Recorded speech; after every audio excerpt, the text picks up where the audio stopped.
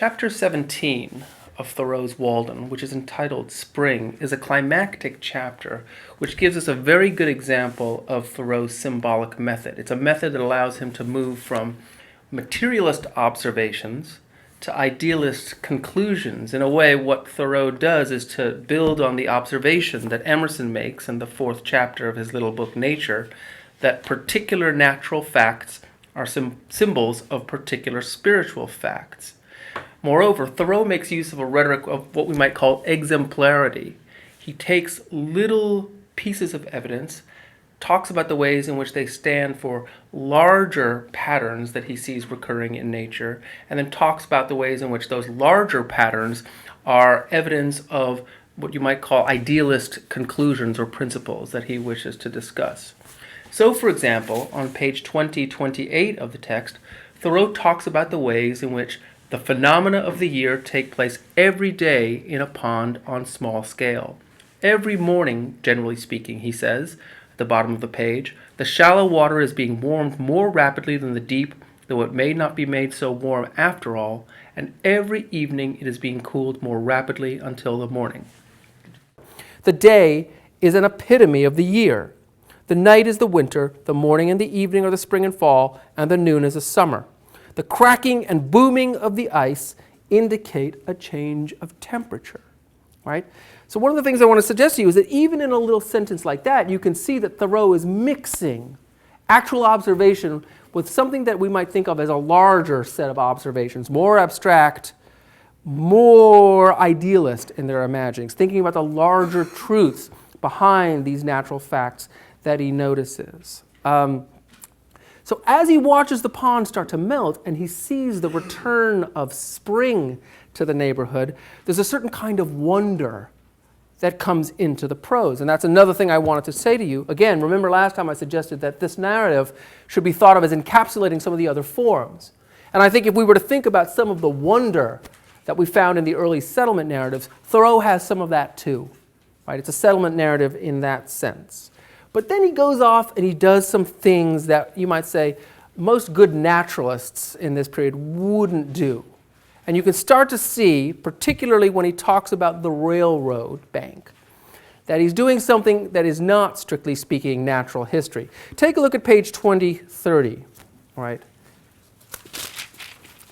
I mean, he recorded lots of signs of nature in his journal, and there were lots of possibilities for a kind of epitome for him of correspondences between various forms of nature and beyond. So it's interesting that he chooses this one, the thawing of sand and clay in the deep cut by the railroads, you can see that, to culminate what you might call the revelations of spring in his text.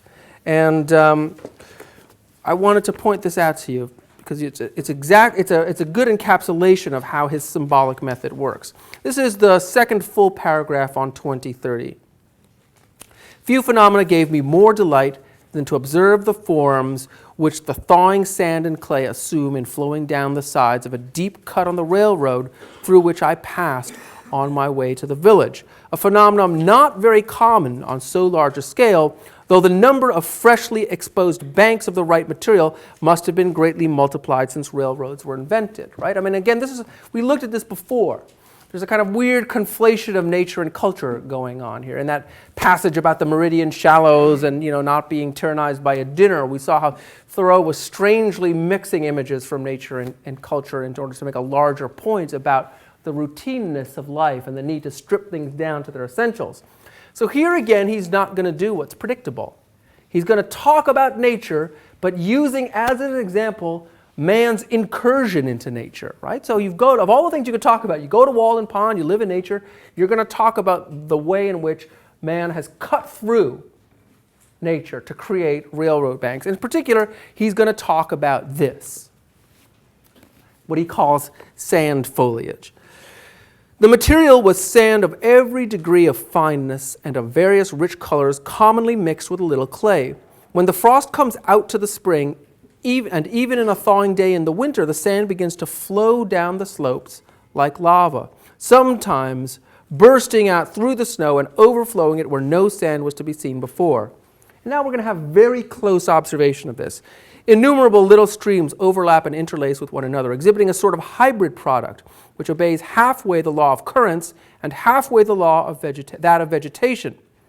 As it flows, it takes the form of sappy leaves or vines, making heaps of pulpy sprays a foot or more in depth, and resembling, as you look down on them, the laciniated, lobed, and imbricated thalluses of some lichens.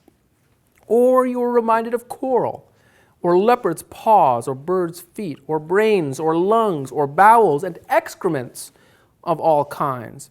It is a truly grotesque vegetation, whose forms and color we see imitated in bronze, a sort of architectural foliage more ancient and typical than acanthus, chicory, ivory, vine, or any vegetable leaves, destined, perhaps, under some circumstances, to become a puzzle to future geologists, right, if it becomes fossilized. The whole cut impressed me as if it were a cave with its stalactites laid open to the light. So Thoreau is interested in taking a look at this formation, and you can see there's a set of associations that he makes. But again, these are associations that he makes out of his own experience. He kind of sees that these look like other shapes that he's known. But what he wants to do is generalize out from that. So it's a kind of weird version of materialist thinking, right? He's going to look very closely and observe this. Then he's going to apply his own reason to it. But the conclusions he's going to make are in some sense not reasonable. They are marked by something else. A scientist would be afraid, would even say, to make these conclusions, would even say they're ridiculous. But Thoreau is trying, you might say, to get at a larger truth than that which science alone can provide. And in that sense, he's kind of making a case for the power of the imagination.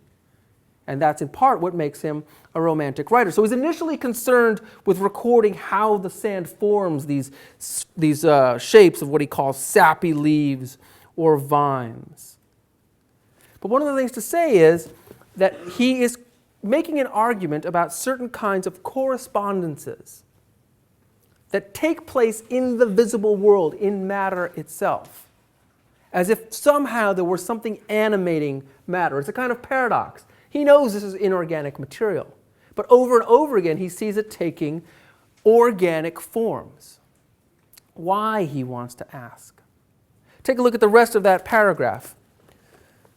When the flowing mass reaches the drain at the foot of the bank, it spreads out flatter into strands, the separate streams losing their semi-cylindrical form and gradually becoming more flat and broad, running together as they are more moist till they form an almost flat sand, still variously and beautifully shaded, but in which you can trace the original forms of vegetation, till at length in the water itself they are converted into banks, like those formed off from the mouths of rivers, and the forms of vegetation are lost in the ripple marks on the bottom. What he sees here is a process of change, of becoming, right? But one that seems to take place in an orderly way and that recapitulates, in the same way that the pond recapitulates a day or a year in the pond recapitulates a day of the year, the whole seasonal cycle. These things recapitulate other things that we see, right? You know, the feeding off of streams into water itself. So there's a sense in which he is doing something that looks like what a naturalist would do, kind of dividing his observations out into larger principles that create a kind of progressive idea. But it leads him finally to a belief that, again, no natural scientist would argue, which is what he says on page 2032, that the maker of this earth but patented a leaf. That's at the beginning of the first full paragraph there. The maker of this earth but patented a leaf. Now again, probably a natural scientist wouldn't write that either, right? This idea of the maker, kind of secularized version of the divinity, patenting, very 19th century business language, a leaf. What does he mean? He means that basically there is one design, one set of principles, and it is embodied in the idea of the leaf. The leaf for him, which comes out again in the spring, in the same way that it's come out every spring, is a pattern of regeneration. That's what spring means for him. But you might say that what the project of the book is from here on out is to link that natural concept of regeneration to a cultural concept, which we might think of as something like redemption. And in this way, we would say that Thoreau is in line with the kind of thinking that we saw in Emerson. Not interested in the total depravity of humankind, interested in the possibility of perfection, interested in the possibility of redemption. The idea of redemption and perfection are for Thoreau written into nature itself, and that's what he finds there. So if you go back a page in the middle of 2031, you'll find this. It's in the middle of the long paragraph on that page. I feel as if I were nearer to the vitals of the globe, for this sandy overflow is something such a foliaceous mass as the vitals of the animal body. You find thus in the very sands an anticipation of the vegetable leaf. No wonder that the earth expresses itself outwardly in leaves. It so labors with the idea inwardly. The atoms have already learned this law and are pregnant by it. Right? There's one idea here. It's the idea of the leaf. And therefore, he says, by the time we get to that sentence that I quoted, well, if you look in the middle of the long paragraph that begins 2032, he looks at this, and then in a kind of almost an echo of one of the biblical stories of origins, he says, "What is man but a mass of thawing clay? The ball of a finger is but a drop congealed. The fingers and toes flow to their extent from the thawing mass of the body. Who knows what the human body would expand and flow out to under a more genial heaven?" Again, I want you to look at the way that prose works. I mean, he looks at the fact that our fingers and toes have these balls. He says, it's almost like we're flowing outward, and then we stop. And maybe if we were in a different kind of creation, we would keep flowing and become one with the things that we're separated from. So he finally concludes, thus it seemed that this one hillside illustrated the principle of all the operations of nature. Although again, I want you to see that these principles are being generated out of human beings' incursion into nature. Now you could think about that in any ways you want. You could say, well, Thoreau underestimates the extent to which the railroads will start a process of the deformation of culture that leads us to the nature that we have or don't have today. You could say that part of what he's thinking is this idea that it's even an extension of the idea that Emerson has that all of our operations taken all together don't really affect nature and are somewhat trivial when we think about the largeness of nature. And Thoreau would say, not only that, nature manages to reincorporate all the things that we would do to it, right? So we make this cut to make a railroad bank. These kind of forms start happening here, right? So we might say it's the use of an illustrative analogy. But it isn't good science. What it is, really, is, you might say, it's transcendental philosophy. And that's really what the culmination of this is. Thoreau calls it on the middle of 2037. He refers to this as the kind of inexhaustible vigor of nature is what he calls it. And it is the chapter that basically ends the narrative proper, right? When he leaves his cabin. Although he ends the chapter on page 2038 in a very strange way. This was my first year's life in the woods, completed. And the second was similar to it. I finally left Walden September 6th, 1847. I mean, that's kind of weird when you think about it. We have this incredible detail about this first year. The second was similar to it. What does that mean? I mean, what about all those material details? Why don't we get them for the second year? Surely it couldn't have been the same thing. Ultimately, this is a kind of case study for him, this first year. And it's a case study in something larger than simply natural forms, right? Therefore, you might say the first year stands in for the second year, and both of the years taken together stand in for something else. And I've already told you, of course, that there's a way in which this is an artificial construction. We talked about when he decides to officially begin the project. Happens to be July 4th. And we know that he didn't stay out there all the time. He used to come back in, bother people who were living in Concord. I told you, apparently take pies from windowsills when they were cooling, that sort of thing. So this is a kind of constructed account. And there's a way in which the conclusion of Walden makes it clear to us that we are part of the constructed nature of this account. And if you looked at it, you might say that the conclusion is a little bit different, because in a certain way, he ceases being somebody who's grounded in this kind of cultural seat and becomes someone who now starts to walk around and think more broadly. So it's almost as if the foundation that Walden, the house or the cabin, laid has simply been preparatory to this final conclusion in which he will think things that he was unable to think when he first got there. And even more than that, you'll say, he starts to rethink things that he thought when he first got there, and things that he presented to us earlier on in the book. Take a look so he openly starts to use this language of discovery at the top of 2039.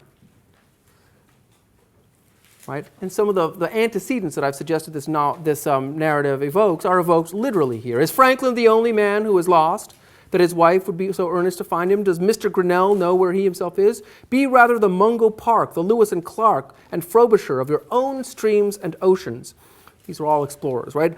Explore your own higher latitudes with shiploads of preserved meats to support you if they be necessary, and pile the empty cans sky high for a sign. Were preserved meats invented to preserve meat merely? Nay, be a Columbus to a whole new continent and worlds within you, opening new channels not of trade but of thought. We won't give you that on any exam because it looks too much like Emerson, right? I mean, I think this is probably the most Emersonian of these chapters. And it's a chapter that's full of maxims as well. I'll give you an example of one that's fairly well known. How about 2041? It's bottom of the page. Why should we be in such desperate haste to succeed and in such desperate enterprises? This is in greeting cards all over the country. If a man does not keep pace with his companions, perhaps it is because he hears a different drummer. Let him step to the music which he hears, however measured or far away. Right? There's lots of maxims that are here. And then Thoreau goes on to do a very Emersonian thing. You'll remember how Emerson ended Nature, which was supposed to be, again, kind of inspired by natural history, with a weird parable. His Orphic poet, this figure that he creates to ventriloquize thoughts that he himself has been thinking. So Thoreau gives us a parable as well. He gives us an Emersonian fable about, and this is the top of 2042, the artist in the city of Kourou, who was disposed to strive after perfection. Right? One day it came into his mind to make a staff, having considered that in an imperfect work time is an ingredient, but into a perfect work time does not enter. He said to himself, it shall be perfect in all respects, though I should do nothing else in my life. He proceeded instantly to the forest for wood, being resolved that it should not be made of unsuitable material, and as he searched for and rejected stick after stick, his friends gradually deserted him. Right? And this becomes a certain kind of parable about time and timelessness, and about the sort of, you might say, the timelessness of the imagination a little bit later on. As he made no compromise with time, time kept out of his way, and only sighed at a distance because he could not overcome him. This artist has a commitment, you might say, to creating a perfect object. And it finally leads him at the very end of the paragraph to a certain kind of triumph of the imagination. So that what we see here is Thoreau shifting himself away from natural history and observation as evidence of some kind of regeneration or redemption. Here's a different model. It's not the scientist. Finally, it's the artist. The artist now as the maker of the world. A little bit further on, when the finishing stroke was put to his work, it suddenly expanded before the eyes of the astonished artist into the fairest of all the creations of Brahma. He had made a new system in making a staff, a world with full and fair proportions, in which, though the old cities and dynasties had passed away, fairer and more glorious ones had taken their places. And now he saw by the heap of shavings still fresh at his feet that for him and his work, the former lapse of time had been an illusion, and that no more time had elapsed than is required for a single scintillation from the brain of Brahma to fall on and inflame the tinder of a mortal brain. The material was pure, and his art was pure. How could the result be anything be other than wonderful? So what does this mean, right? At the end of all of this kind of what appears to be kind of natural science and observation, Thoreau is attributing the world around us and the making power of the world, you might say, both to Brahma, his figure for God, and to the artist. And what I would suggest to you is that this is another aspect of Transcendentalism, right? We saw it in Emerson, this need to conflate the human and the divine. Emerson does it by talking about the soul that we all have, that is part of the divine mind. Thoreau does it here in some sense by taking himself out of natural observation into, you might say, the life of the mind or the imagination. And it suggests to us that Thoreau ends his book this way because he knows that this is going to turn into this. I mean, this we see as a replica across the road if you go to Walden Pond. This is what's left of the cabin today, just these little markers. That stone that you see there on the far side it marks the chimney foundation. It says, beneath this stone lies the chimney foundation of Thoreau's cabin, 1845 to 47. So that's what's left of Thoreau's project. And what I'm suggesting to you is that the shift now in emphasis, he's done this whole thing, natural science observation, looking at a whole year, this process of regeneration. But what's the real regeneration of the world going to be? It's not going to take place, in some sense, only through natural processes. Maybe this is the point of bringing nature and culture together all the time.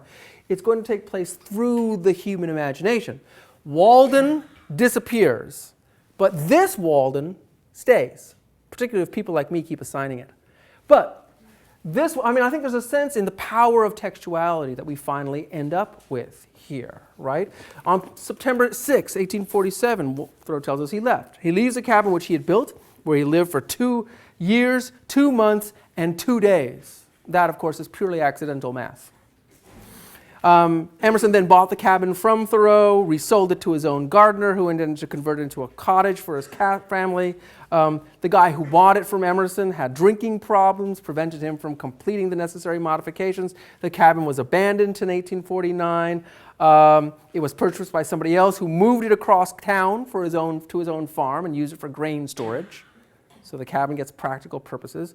The roof was removed in 1868, used as part of a pigsty. 1875, the rest of the cabin's timber was used to patch up the barn. And all that remains is just what we saw. This is the Walden that remains to us. And I think the next part of the conclusion after this Artist of Carew parable tells us in some sense that art, culture preserved through art or text is really necessary because the process of building a culture is so difficult, fraught with uncertainty. So one of the things you might say is that at the very end of the conclusion we have these showy parables. The one is the Artist of Carew. At the very end we have that, remember that beautiful bug that's coming out of the trees. But in there are bits and pieces that give us pause or that ask us to reconsider one of the places where we began. You remember that, the point d'appui, the hard bottom on which you can build a wall or a state? Well, Thoreau asks us to think about that again as we've come through this long project with him. This is page 2044. About 5 lines down. It affords me no satisfaction to commence to spring an arch before I have got a solid foundation. All right, that sounds like it's what we would expect, right? We want to find solid foundations in order to build a wall, a state, or an arch on. That's what the whole project has been about, right? Looking for solid foundations. And then he says, let us not play at kidley benders. There is solid bottom everywhere. And kidley benders is this game of trying to, not be on the ice and not have it crack under you. Anybody here like Pink Panther movies? Ever seen a movie called The Pink Panther Strikes Back? Peter Sellers is Inspector Clouseau. He's trying to track down this nefarious super criminal, and he ended up going to this inn someplace nearby this guy's castle. I think it's in the south of France someplace. This old guy sitting behind the desk and a dog. And the old guy is kind of there, right? He says, do you have a room? And Peter Sellers mangles everything. Do you have a room? A what? A room? What? Do you have a room? Oh, a room. That is what I said all along, you idiot. Okay, yes, we have a room. Then he's looking. He goes, does your dog bite? What? Does your dog bite? My dog? No. So Clouseau reaches down to pet the dog that's sitting there. I thought you said your dog does not bite. Yes, but that is not my dog. Right? That's a version of this. You have to know how to ask the right questions. There is solid bottom everywhere, but maybe that's not the only thing that's going on. We read that the traveler asked the boy if the swamp before him had a hard bottom. The boy replied that he had. But presently the traveler's horse sank in up to the girths, and he observed to the boy, "I thought you said that this bog had a hard bottom." "So it has," answered the latter, "but you haven't got halfway to it yet." It's hard, but he didn't ask the right question, right? Is it hard bottom and close enough that I can walk across it with my horse? He said, "Sure, it's got a hard bottom somewhere down there." So this is a little bit of a joke, right?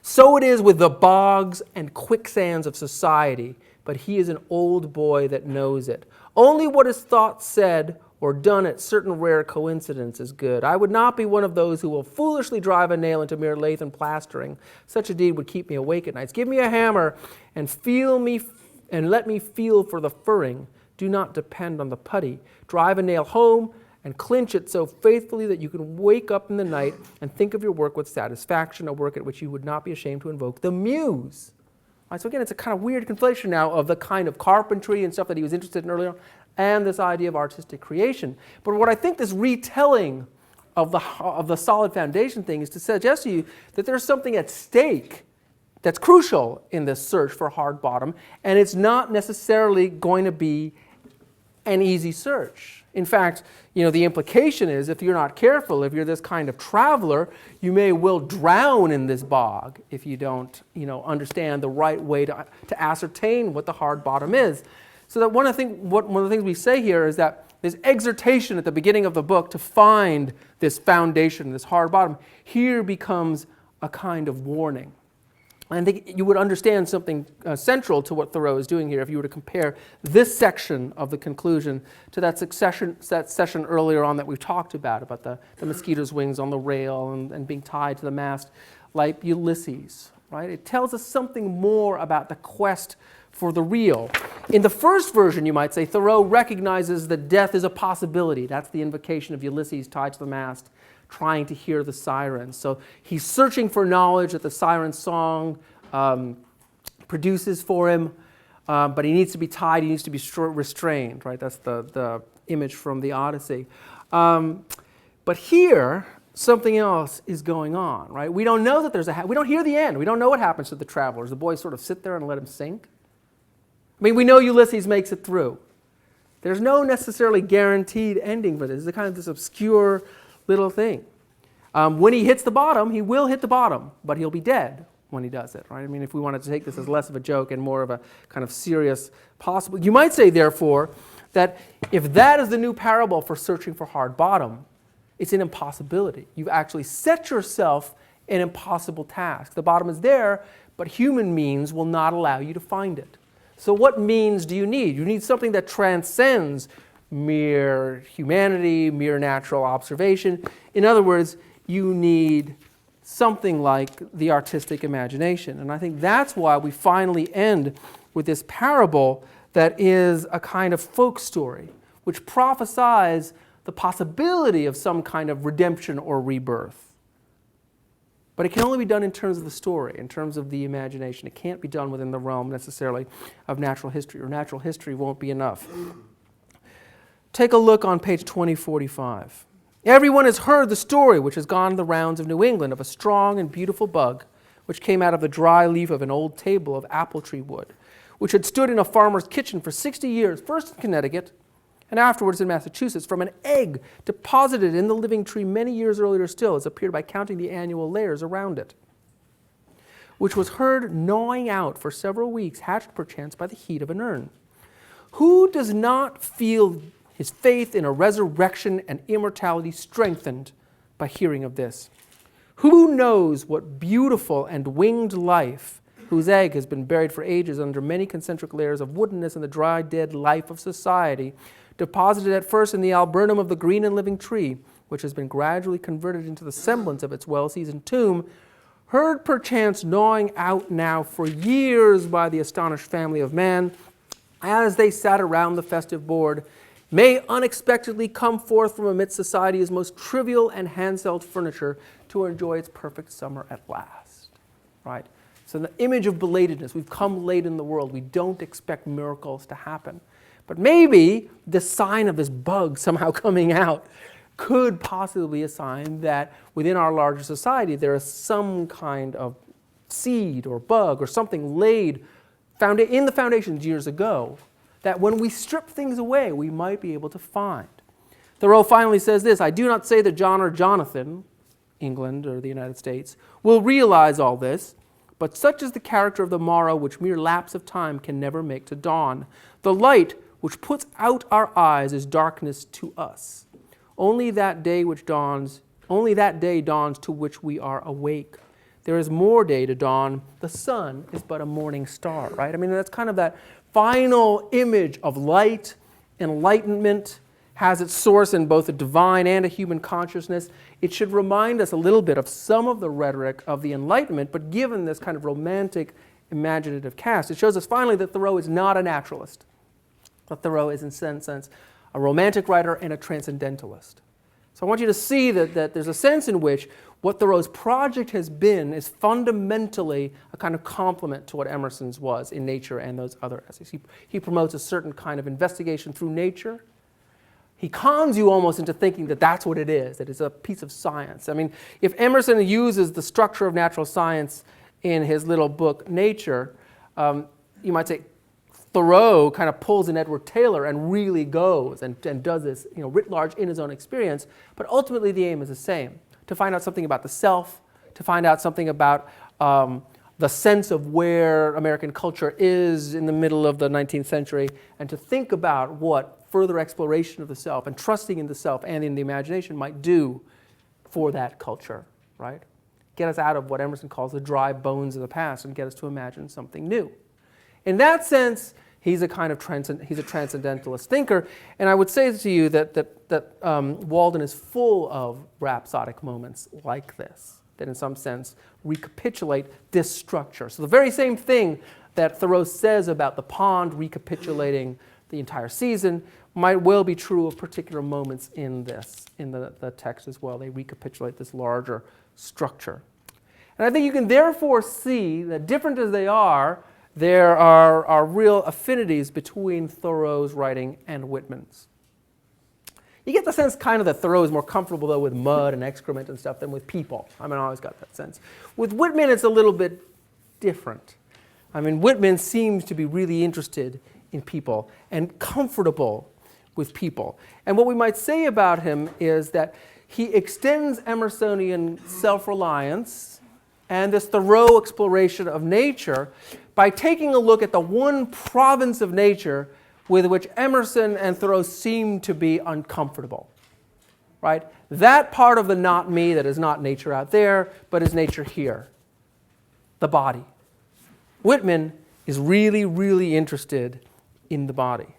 And one of the things we might say about that is that he constructs a kind of larger-than-life image, a kind of poetic persona.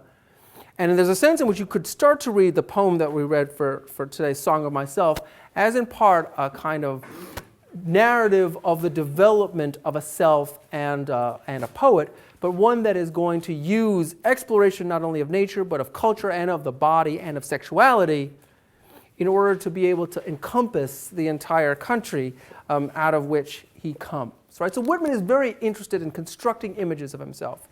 As the piece by Angus Fletcher suggests to you, I mean, Whitman is constantly reworking his poetry. He comes up with a small volume of poems in 1855. He edits them and produces more and more editions, adds to them, changes it. Song of Myself looks different in 1855 from the version that you read, which is the last edition. And with that, he kind of reinvents himself all along. In the end, he ends up sort of like this, the American bard, the sage. He starts off kind of like this. Around the time he writes Leaves of Grass, he's more of a kind of dandy, man about town, what Baudelaire would call the flaneur, somebody that walks around and observes. When he publishes it, he reinvents himself again on the title page, right, of the 1855 edition as one of the roughs, Walt Whitman. And the 9 poems that are in the original edition are untitled. They're just kind of there. And Whitman introduces himself about 29 pages into the poem. He finally introduces himself in these lines. Walt Whitman, an American, one of the roughs, a cosmos, disorderly, fleshy, and sensual, eating, drinking, and breeding. No sentimentalist, no stander above men and women or apart from them, no more modest than immodest. So that's the way that Whitman is presenting himself in this time. And one of the things that people actually say about Whitman is that he becomes, for a certain time, more adventurous as a writer, perhaps in response to Emerson's suggestion that he toned things down a little bit. But then gradually, as he becomes well known and becomes thought of as a kind of bard figure, he becomes, the edits that he does and the things he put in become a little bit more culturally conservative. In fact, there's a biographer of Whitman named Gary Schmigdal who wrote A Gay Life of Whitman, which is difficult to do because you have to, I mean, everyone has a sense that Whitman was at least bisexual, if not gay, that he was very interested in young men, but he was very interested in things that were associated with gay culture in the middle of the 19th century. But there's not a lot of hard and fast evidence about it. But one of the things that he noticed in the course of doing this is he wanted to put together an anthology of poems to accompany it. And he realized that the poems that he needed were not in the earliest edition and not in the latest edition. They were somewhere in the middle editions. So one of the things we would say is that Whitman is kind of reinventing himself all the time.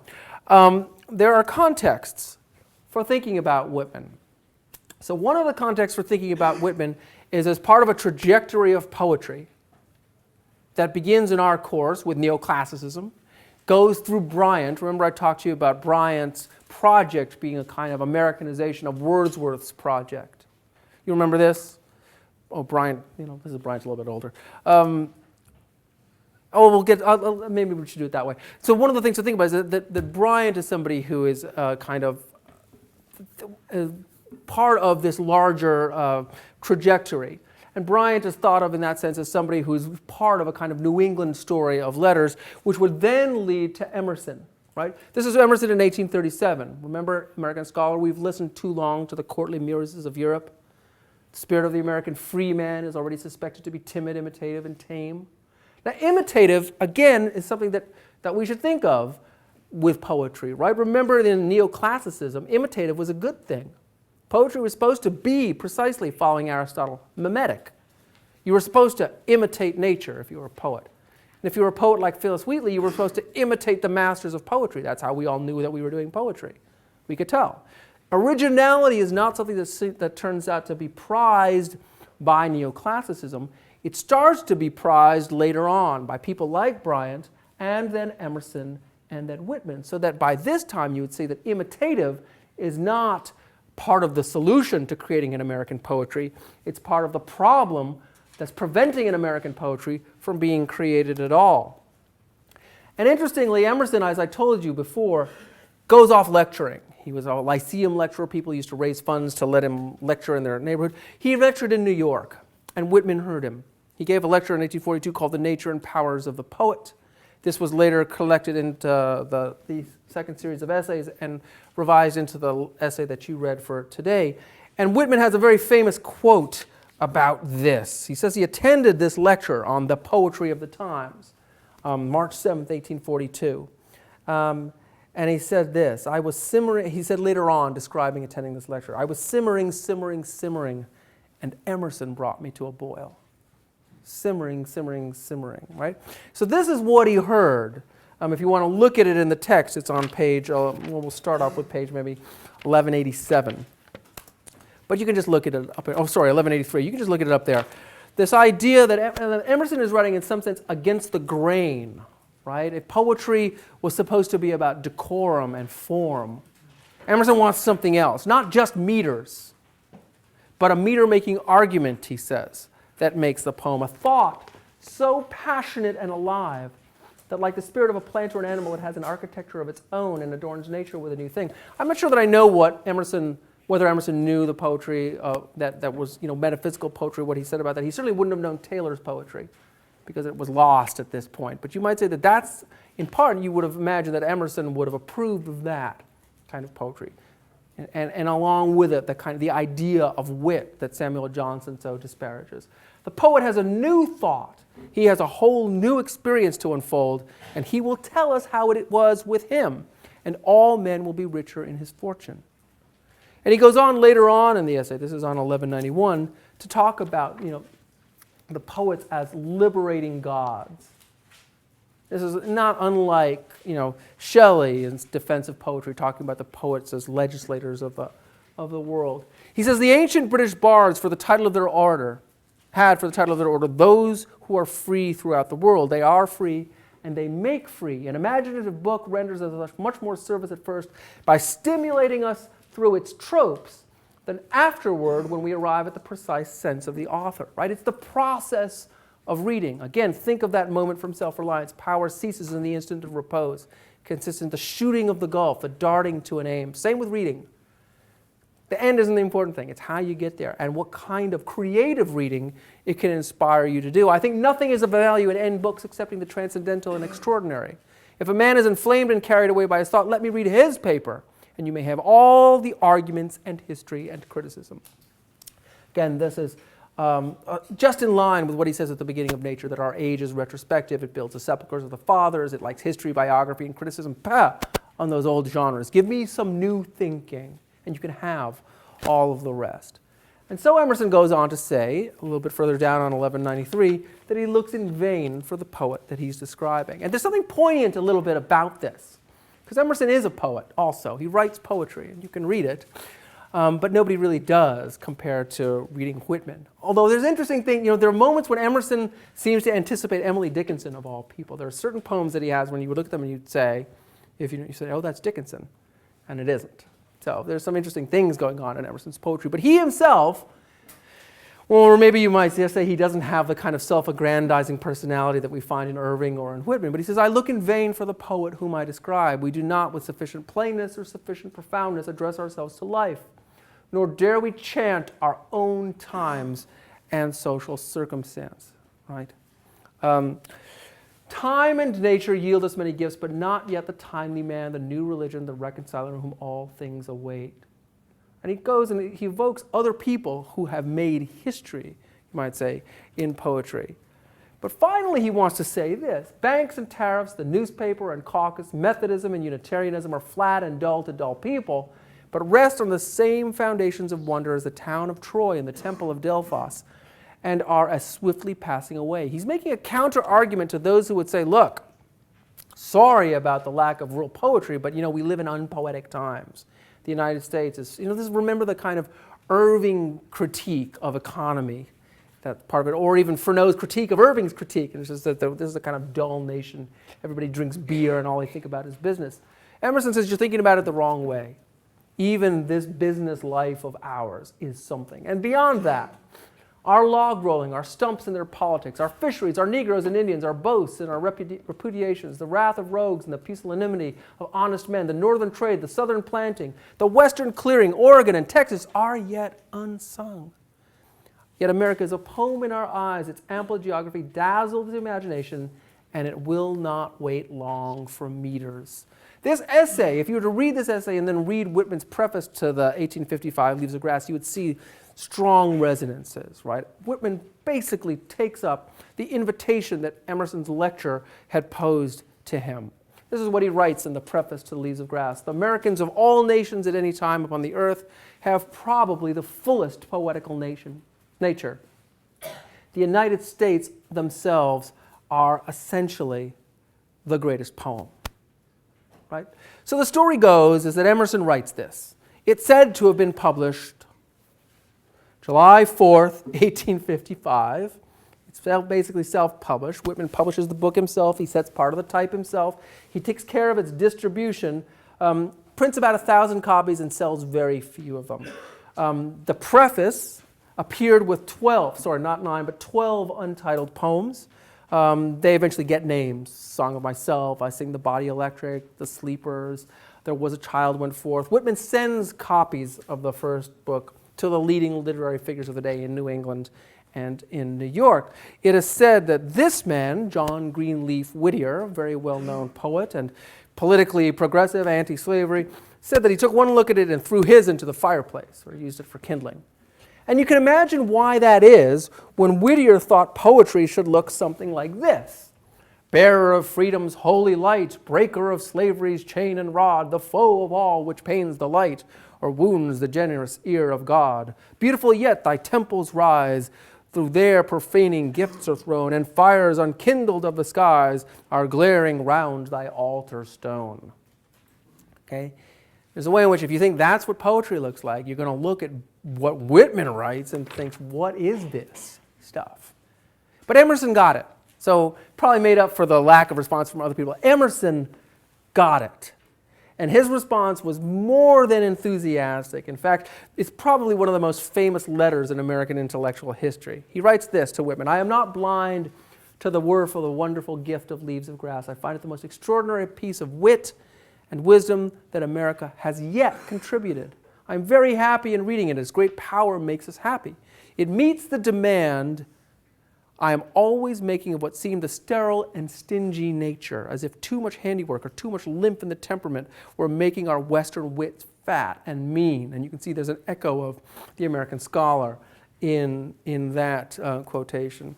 I give you joy of your free and brave thought, he said. I have great joy in it. I find incomparable things said incomparably well as they must. I find the courage of treatment which so delights us and which large perception only can inspire. I greet you at the beginning of a great career which must yet have had a long foreground somewhere for such a start. A long foreground somewhere for such a start.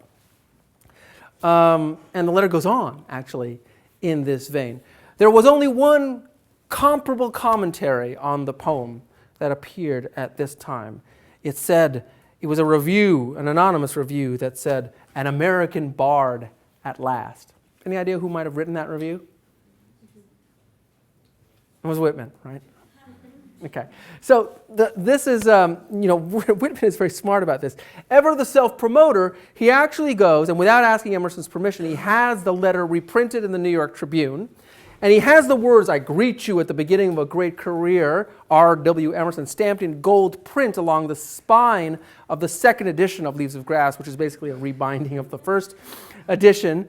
And he actually then goes on in I think the next edition to takes out his preface, reprints Emerson's letter, and as a kind of long essay-like response to it thereafter. So that you can say that one of the things that Whitman realizes is that he has the opportunity to have the Emersonian kind of stamp put onto his work, and he takes that opportunity. Emerson wasn't exactly happy about it for a while because it was a private letter that he didn't really expect to be reprinted. And I think he actually edited shortly thereafter an anthology of poems in which he did not include Whitman, but later on they kind of patched that over. One thing that Emerson did say about the poetry, just a little bit of friendly advice, he sort of suggested, that maybe you should tone down some of the sexuality. And so Whitman's response to this actually takes issue with this. And he says, and he writes this letter back to Emerson in which he says, no, this is exactly what I want to do. By silence or obedience to the pens of savants, poets, historians, biographers, and the rest, right? So all those people that Emerson doesn't like, have long connived at the filthy law and books enslaved to it, that what makes the manhood of a man, that sex, womanhood, maternity, desires, lusty animations, organs, acts, are unmentionable. So see what he's done. He turns the tables on Emerson. Emerson becomes aligned in some sense. Insofar as Emerson is critiquing Whitman's use of sexuality in his imagery, he's suggesting that Emerson might well be aligned with all those old things that Emerson himself doesn't like. Historians, biographers, and the rest are unmentionable and to be ashamed of, to be driven to skulk out of literature with whatever belongs to them. This filthy law has to be repealed. It stands in the way of great reforms. I say that the body of a man or a woman, the main matter is so far quite unexpressed in poems, but that the body is to be expressed and sex is. Of bards for these states, if it come to a question, it is whether they shall celebrate in poems the eternal decency of the amativeness of nature, the motherhood of all, or whether they shall be bards of the fashionable delusion of the inherent nastiness of sex and the feeble and querulous modesty of deprivation. Right? I mean, one of the things that's a generative metaphor for Whitman is the link between procreation and creation, artistic creation, right? And there's a sense in which the poems themselves kind of embody that. Whitman, therefore, later on described Leaves of Grass as the outcropping of my own emotional and other personal nature, an attempt from first to last to put a person, a human being, myself in the latter half of the 19th century, in America, freely, fully, truly on record. And that means everything, right? All of his feelings and his desires, even the things that someone who was kind of a more decorous thinker might actually choose to omit. So he rejects Emerson's plea to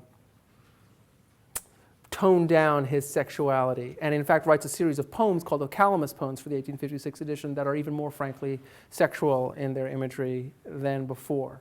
Right? So one of the things I want to suggest to you is that there is this kind of opening up of the poetry. And in some sense, it comes in part through what he talks about and also how he talks about it. Right? We can come back to Bryant here again and thinking about what Bryant does at the beginning of Thanatopsis. Remember the opening lines, to him in whom the love of nature holds communion with her visible form she speaks. We said, oh, it's not rhymed, it's kind of blank verse. It does this. It has this fourth foot here in its second line that is trisyllabic. It's making a point. One of the things I want you to see about this is if you're making the point that way, you're asking your reader to notice the importance of metrical feet. Therefore, in some real way, you're suggesting that the unit of meaning for a poem is the metrical foot. So I want to suggest to you that one of Whitman's big innovations is to make the unit of meaning not simply the metric foot, but the line, the entire line, however long or short. So you can scan Whitman's poetry, but it almost seems like it's beside the point. He's doing something other than that. And that's why you might say people who were used to poetry that can scan and that fits itself into rigid bounds don't like and understand what Whitman is doing. So what Bryant is doing is blank verse. What Whitman is doing is more blank than that. It's free verse. That's the term that we use for it. And it looks like that. I mean, imagine I had to squish them in order to put them on the screen, but imagine these are all lines. They have weird, forget caesuras, they have actual ellipses in the middle of them, right? Now, turn to section 29 of your poem. This is, section 24. It's on page 2227. This is the 1855 version. And if you look at it in your book, you'll see that the 81 version is different from it.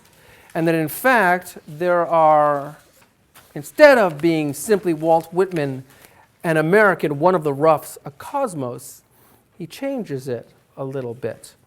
Walt Whitman, a cosmos of Manhattan the sun, turbulent, fleshy, sensual, eating, drinking, and breeding, no sentimentalist, no standard above men and women or apart from them, no more modest than immodest. What I want to suggest to you is that revision is important because it's a way in which Whitman is identifying back with another story that we can tell about the roots of his poetry. I mean, if Emerson said that this long and great career must have had a long foreground somewhere for such a start, where that foreground is in the streets of Brooklyn and New York. Whitman wandering around the streets of New York. Meeting Bryant, who by this time is a kind of older person. So Bryant is not only part of a New England story, he comes and becomes one of the even more famous as an editor than a poet in New York City. And Whitman himself, like Bryant, becomes part of the press. He writes for what's called the penny press. Actually, the Aurora was a couple of pennies. It was slightly cut above. But one of the things that's going on in the beginning of the 19th century is establishment of very cheap newspapers that sold papers through sensationalism, you might say. And Whitman partakes in that. Later on, he writes this about the newspaper. Whoever does know that our city, by which he means New York, is the great place of the Western continent, the heart, the brain, the focus, the mainspring, the pinnacle, the extremity, the no more beyond of the new world. Whoever does not know this, we say, must have been brought up in a place where they didn't take the papers, and where the aurora in particular had never scattered its effulgent light. In other words, Whitman is making an argument that New York is now the most American place in the country, that New York should be the seat of culture, not that New England. And that where you're going to find what's distinctive about the United States, you're going to find not in high literature, but in the papers. in that democratic form. And Whitman writes in many of his articles that the papers can actually be a force for education and for democracies. He goes, among newspapers, the penny press is the same as common schools among seminaries of education. They carry light and knowledge in among those who most need it. They disperse the clouds of ignorance, and they make the great body of the people intelligent, capable, and worthy of performing the duties of Republican freemen. One of the things to understand about this is that he's making an argument on behalf of a form that many of the intellectuals of the day would scorn as being, just full of sensationalistic writing. And Whitman is, at this stage of his career, interested in a certain kind of sensationalism. He styles himself as a kind of flaneur, somebody who walks around the city and observes lots of interesting things. This is an example of a guy who was known as a sensationalist writer, George Thompson. And many of these books about city life were serialized in precisely these papers, the penny press. And you can look at some of the names: Venus in Boston and City Crimes, New York Life, or the Mysteries of Upper Tendom Revealed, The Gay Girls of New York, Catherine and Clara, or The Double Suicide. There's a kind of sensationalistic side to the penny press. Whitman is part of this sensationalistic side. For a while, one of his beats was to cover murders off the police blotter, right? These are the kinds of things. This was the frontispiece to one of Thompson's books. This is the kind of discourse, you might say, that Whitman is involved in when he's involved with the papers. This is an ad from one of the papers. Ad for one of these books about the mysteries of Bond Street. Ad for some French stuff. Ad for another book called The Confessions of the Sofa. Ad for another racy novel. Condoms, whatever those might be. Ad for a neat and curious book. This is in Whitman too.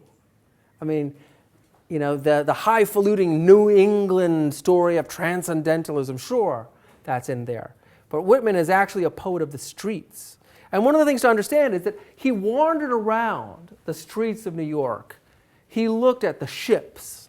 Clearly he writes about those. He looked at the immigrants, people who were desperately poor, especially the immigrants who had come from Ireland in the aftermath of the Irish famine in the middle of the century. They're all moving down into the Lower East Side. The Lower East Side was this kind of teeming, hideous slum. The upper crust people were moving uptown in horror, first to Washington Square, then up Fifth Avenue, right? Henry James, at the end of the 19th century, writes about Washington Square, and you'd have no idea how close the slums of the Lower East Side are to the place that he described. Upper class culture, literature, keeps aloof from all of that. Whitman doesn't. Whitman sees in the streets. This is a scene from the 5 Points, right? Dramatized in Scorsese's Gangs of New York.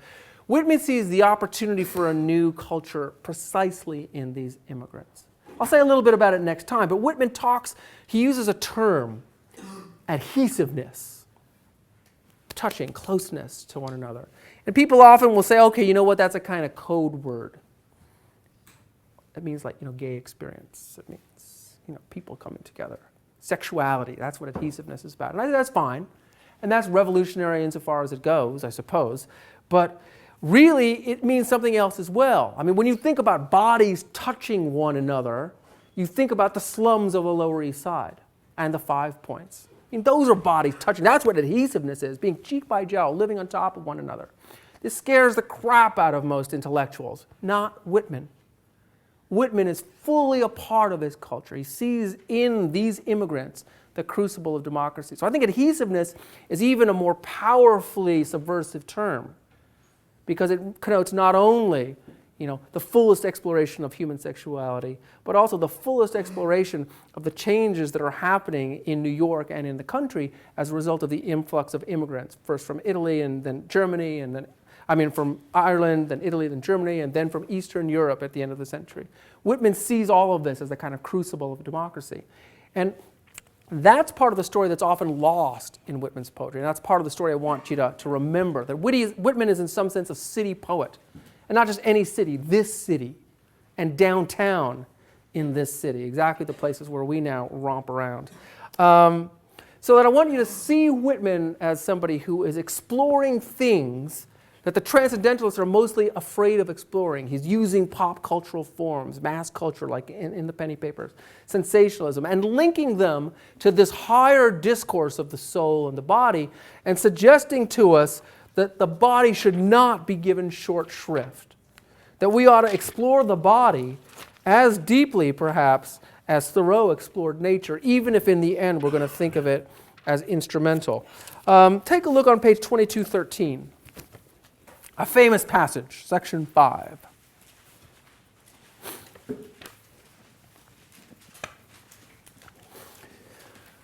I believe in you, my soul. The other I am must not abase itself to you, and you must not be abased to the other. Loaf with me on the grass. Loose the stop from your throat. Not words, not music or rhyme I want, not custom or lecture, not even the best. Only the lull I like, the hum of your velvet voice. I mind how once we lay such a transparent summer morning, how you settled your head athwart my hips and gently turned over upon me and parted the shirt from my bosom bone and plunged your tongue to my bare-stripped heart and reached till you felt my beard and reached till you held my feet.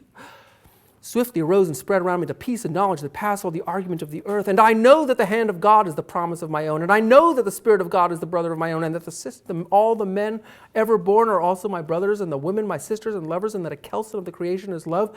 And limitless are leaves stiff or drooping in the fields, and brown ants in the little wells beneath them, and mossy scabs of the worm fence.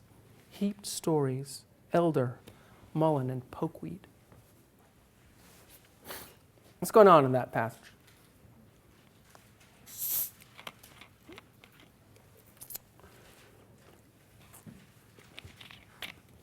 Yes. Come on. Anyone? What's going on in that passage? Look at it again. Who's doing what to whom?